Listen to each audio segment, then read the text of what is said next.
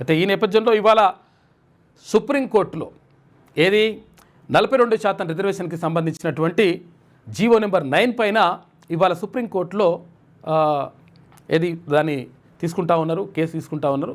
ఇవాళ దానిపైన విచారణ ఉంటుంది. మరి విచారణలో ఏం తేలుతుంది, ఏం కథ అనే దానిపైనే ప్రధానంగా చర్చ జరుగుతూ ఉంది. మరోవైపు ఇక్కడ ఇవాళ కేబినెట్ కూడా, రాష్ట్ర కేబినెట్ కూడా భేటీ అవుతూ ఉంది. ఈ మంత్రిమండలి సమావేశంలో కూడా ఎటువంటి నిర్ణయం తీసుకుంటారు, ఏ నిర్ణయం తీసుకున్నా కానీ అక్కడ సుప్రీంకోర్టు నుంచి అనుకూలమైనటువంటి తీర్పు బీసీలకు అనుకూలంగా వస్తే మాత్రమే కొంతవరకు బచాయించేటువంటి అవకాశం ఉంటుంది తప్ప లేకపోతే కష్టకాలం ఉన్నది. కాబట్టి దీనిపైన ప్రధానంగా రాష్ట్ర వ్యాప్తంగా చర్చ జరుగుతూ ఉంది. అసలు బీసీల రిజర్వేషన్లు ఉంటాయా, పోతాయా, పోతే ఎట్లా, ఉంటే ఎట్లా అని చెప్పేసి.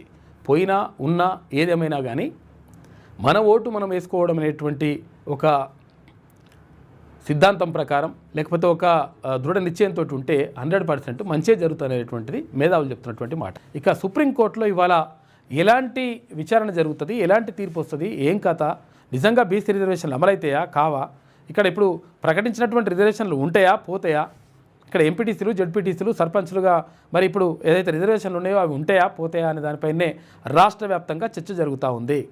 ఇవాళ సుప్రీంకోర్టులో జరిగేటువంటి విచారణపైనే అందరి దృష్టి ఉన్నది. హైకోర్టులో ఇక జీవో నెంబర్ 9 కొట్టేసిండ్రు, ఖతం అయిపోయింది, అక్కడ స్టే విధించిండ్రు. మరి ఇప్పుడు సుప్రీంకోర్టులో ఏం జరుగుతుంది, సుప్రీంకోర్టులో మరి అత్యంత బలమైనటువంటి వాదనలు ప్రభుత్వం వినిపించగలుగుతుందా, వినిపిస్తే సుప్రీంకోర్టు ఒప్పుకుంటుందా, ఇట్లా రకరకాల ప్రశ్నలు ఉన్నాయి.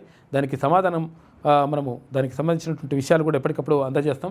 కాబట్టి మధ్యాహ్నం 2 గంటల 3 గంటల వరకు తేలిపోయే అవకాశం ఉంటుంది. మరీ అనుకుంటే సాయంత్రం వరకు.